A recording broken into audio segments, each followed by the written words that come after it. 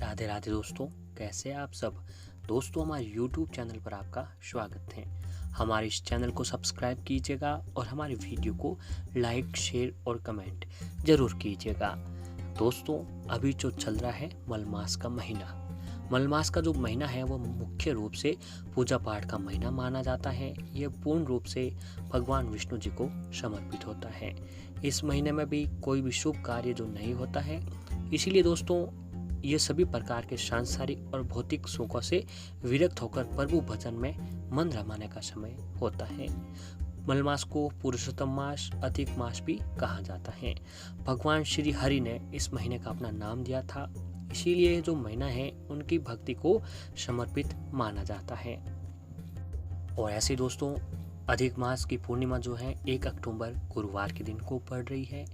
दोस्तों, अधिक मास की इस पूर्णिमा का अत्यंत ही विशेष ही होती है। इस दिन लक्ष्मी नारायण व्रत किया जाता है और मान्यता है कि यह व्रत करने पर समस्त सांसारिक इच्छाओं की पूर्ति भी की जा सकती है। धन संपत्ति, सुख वैभव में भी वृद्धि की जा सकती है। इस व्रत के प्रभाव को यदि कुंवारी कन्या करे तो उसे सुयोग्य वर प्राप्त होता है और यदि युवक करे तो उन्हें सुशील पत्नी प्राप्त होती है। इस बार दोस्तों अधिक मास की पूर्णिमा के दिन स्वार्थ सिद्धि योग भी बन रहा है और 1 अक्टूबर को पूर्णिमा तिथि अर्धरात्रि के बाद तक रहेगी। उत्तरा भाद्रपद नक्षत्र में वर्दी योग, स्वार्थ सिद्धि योग और गुरुवार के सहयोग ने इस पूर्णिमा को और भी ज्यादा प्रभावशाली बना दिया है।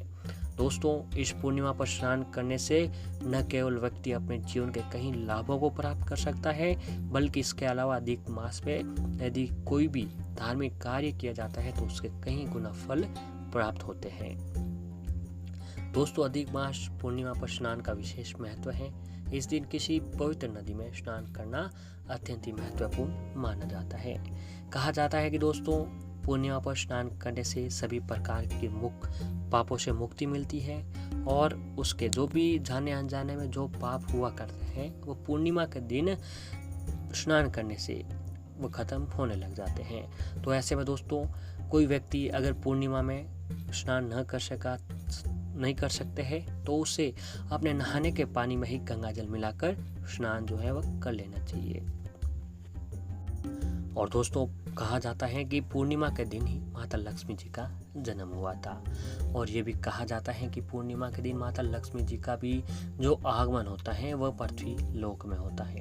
कहा जाता है कि इस दिन माता लक्ष्मी जी पृथ्वी लोक पर आती है और देखते हैं कि कौन भक्त उनकी पूजा आराधना करता है, उनके समक्ष व्रत जो है वह रखता है। तो दोस्तों, इस दिन माता लक्ष्मी जी के समक्ष पूर्णिमा के दिन हमें व्रत अवश्य ही रखना चाहिए।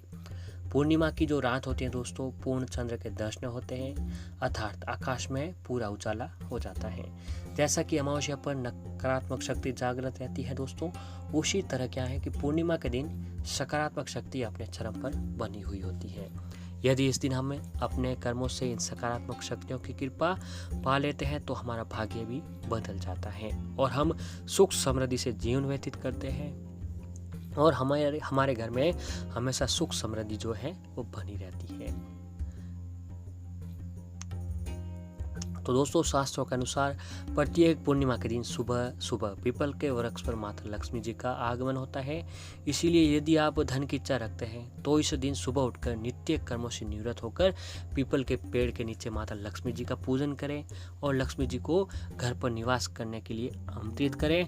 इससे लक्ष्मी जी की कृपा आपके घर पर हमेशा जो है वो बनी रहती है। तो ऐसे ही दोस्तों, 1 अक्टूबर को पूर्णिमा का दिन है और पूर्णिमा जो पड़ रही है वो गुरुवार के दिन पड़ रही है और गुरुवार का दिन दोस्तों भगवान विष्णु जी का दिन माना जाता है और ये जो महीना है अधिक मास का महीना, यह भी महीना भगवान विष्णु जी का ही महीना जो माना जाता है।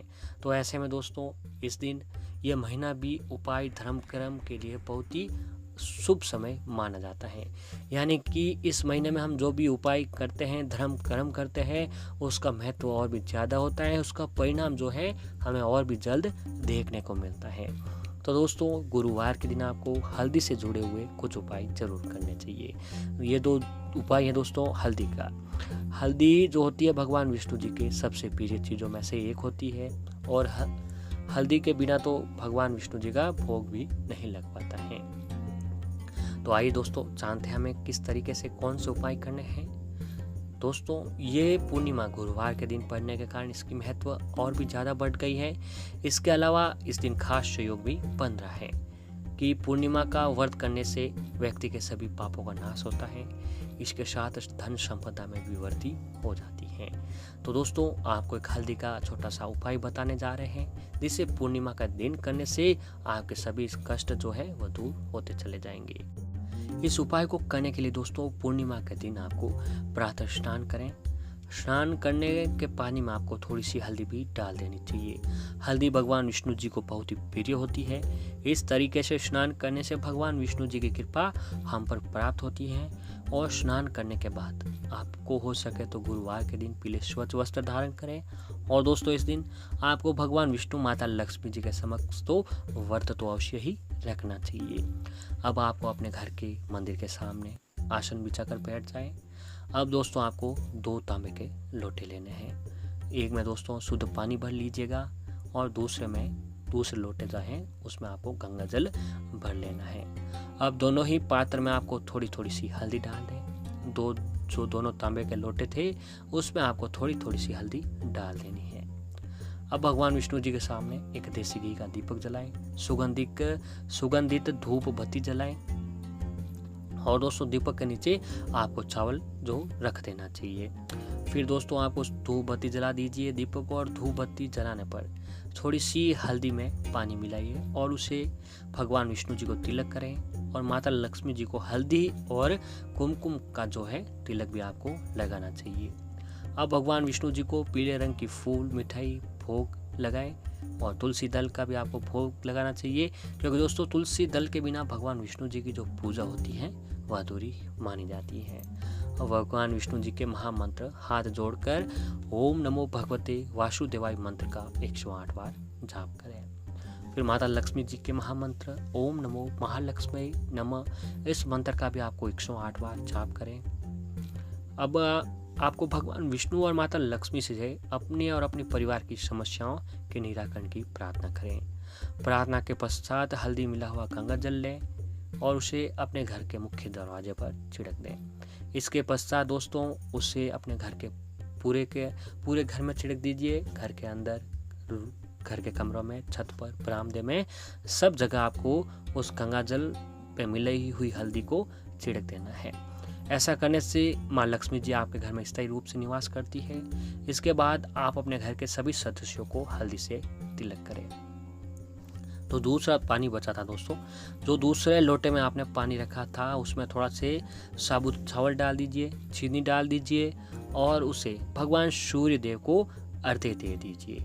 दोस्तों इस तरीके से अगर आप पूर्णिमा के दिन ये काम कर लेते हैं तो फिर दोस्तों देखिए आपके जीवन की जुड़ी जो सारी समस्या थी, परेशानियाँ थी, उसको आपको देखने में बहुत ही आप देखेंगे कि कुछ ही दिनों में जो परेशानियाँ थी वो धीरे धीरे खत्म हो जाएगी। माता लक्ष्मी जी का आपके ऊपर आशीर्वाद जो है वो बना रहेगा। और ऐसे ही दोस्तों हर पूर्णिमा पर सुबह के समय हल्दी में थोड़ा पानी डालकर उससे घर के मुख्य दरवाजे पर आपको ओम और स्वास्तिक बना देना चाहिए। इससे घर में नेगेटिविटी एनर्जी का प्रवेश नहीं होता है। घर में हमेशा सकारात्मकता है जो बनी रहती है। तो पूर्णिमा की सुबह आपको हल्दी में पानी मिलाकर ओम और स्वास्तिक का चिन्ह बना लीजिए।